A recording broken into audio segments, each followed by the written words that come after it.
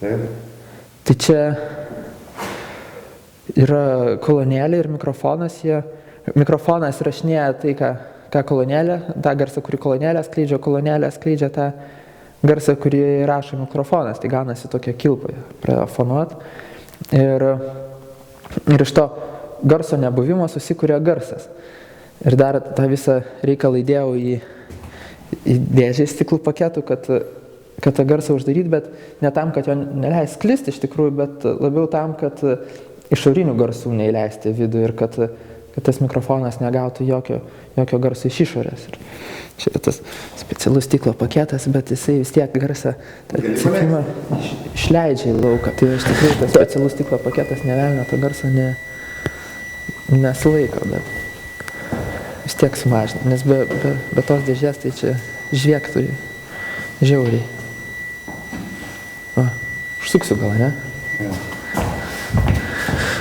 Dirbu su uždarom loginiam sistemom, tam dariau tokius darbus, nes aš galvojau, kad galbūt darbui nėra būtina kažkokia atspirtis iš išorės darbo, kad gali būti jisai pats save maitinantis ir kažkokias prasmes kuriantis jau darbų išorė esančiam žiūrovui. Tai bandžiau tą patikrinti ir dariau tokias uždaras loginės sistemą paremtus darbus, kad, pavyzdžiui, jeigu yra kažkokia dalis A ir yra B, tai A yra todėl, kad B, o B yra todėl, kad A.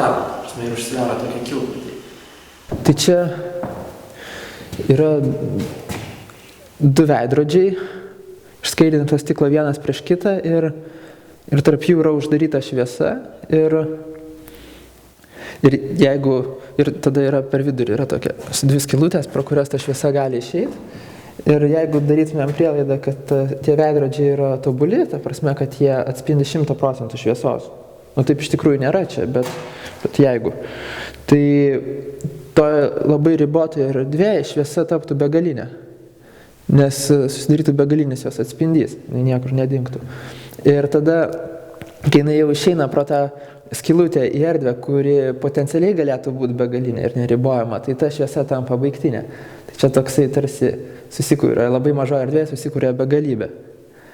O iš kitos pusės žiūrint, tai čia tokia save atspindinti, stebinti sistema, nes tie veidrodžiai vienas kitą vis atspindi ir atspindi ir atspindi ir atspindi. Tai jo, ir čia jeigu žiūrėt pro tą, tai matosi tokios linijos, dievą, nežinau. O, matas.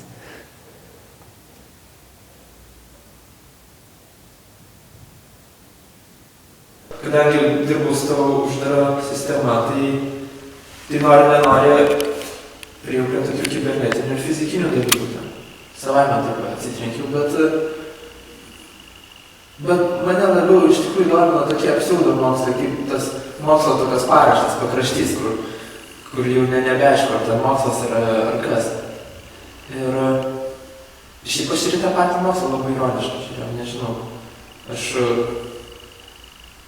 dabar šis man atrodo, kad mokslas nėra žinojimo, o labiau tikėjimo tokia sistema, kad tai tie darbai tokie buvo taip moksliški, bet iš tikrųjų ten paremta uždara loginė sistema, kur jie patys save maitina ir iš esmės patys savo gyvena, tai kaip ir patys savo reikalingi. O apie šitą? O čia yra dėžutė, kurioje yra uždaryta šviesa. Ir čia yra taip, kad tos dėžutės parametrai, tai matmenys, yra apskaičiuoti pagal ilgiausias ir trumpiausias matomos šviesos bangų santykius. Tai gaunasi, kad ta dėžutė priklauso nuo šviesos, kurią jinai uždaro. Iš kitos pusės, tai ta dėžutė kaip ir apsprendžia tą tūrį, kurį šviesa gali užimti. Tai kaip ir iš vienos pusės dėžutė priklauso nuo šviesos, iš kitos pusės šviesa priklauso nuo dėžutės, nes dėžutė riboja jos užimamą tūrį. Tai tokia kaip ir irgi gaunasi tokia kaip ir uždara loginė sistema. O šitą plyšelį palikau tam, kad manim nereikėtų tikėti, kad ten yra šviesa, kad būtų galima matyti, kad šviesa iš tikrųjų ten yra. nes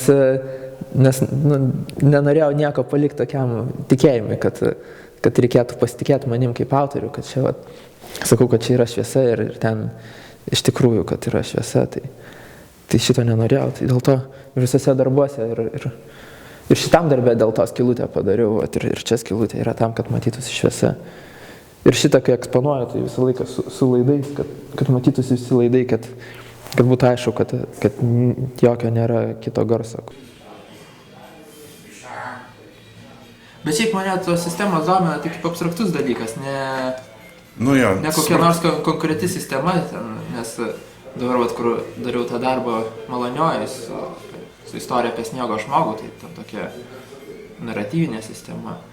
Ir dabar, kai kalbėjau, visi kabinasi už kokios nors sistemos, ten yra naratyvinės, pavyzdžiui, sistemos, nes jau yra toks darbas, tai iš esmės man jokio skirtumo, kokia ta sistema, man įdomi sistema kaip abstrakcija, kaip koncepcija kažkokia, ne kažkokia konkreti sistema ir aš neketinu tyrinėti kažkokios konkrečios sistemos. Tai čia turbūt yra didžioji problema, kad neprisirišus prie kažkokios vienos sistemos yra žymiai sunkiau turbūt kalbėti ir dirbti. Nežinau, aš dabar kažkaip išvelgčiau labai tokį intencionalumo turbūt nebuvimą. Kad tarsi niekas nenori nieko pasakyti, arba jeigu ko nors ir sako, tai galų gale išsižada to sakymo ir sako, kad galų gale ne, vis tiek nenorėjau nieko pasakyti. Tai aš galbūt tą išvelgčiau tokį. Kalbant apie tendencijas iš šiaip. Aš šiaip esu socialas turbūt. Ir aš visą laiką vengiu tų tokių socialinių temų. Jos galų gale vis tiek atsiranda kažkaip per aplinkui ateina, bet turbūt aš nebūčiau pradėjęs dirbti su sistemom, jeigu aš nejaučiau to iš išorės. Žinai, kad yra sistema, kuri galbūt griūva. Ir tada galbūt man ir nerūpėtų tos iš pusiausvyros išvestos sistemos, bet kai jau aš pradedu dirbti, man įdomesnė yra abstrakcija negu kažkokie socialiniai arba kažkokie, nežinau, socialiniai dalykai.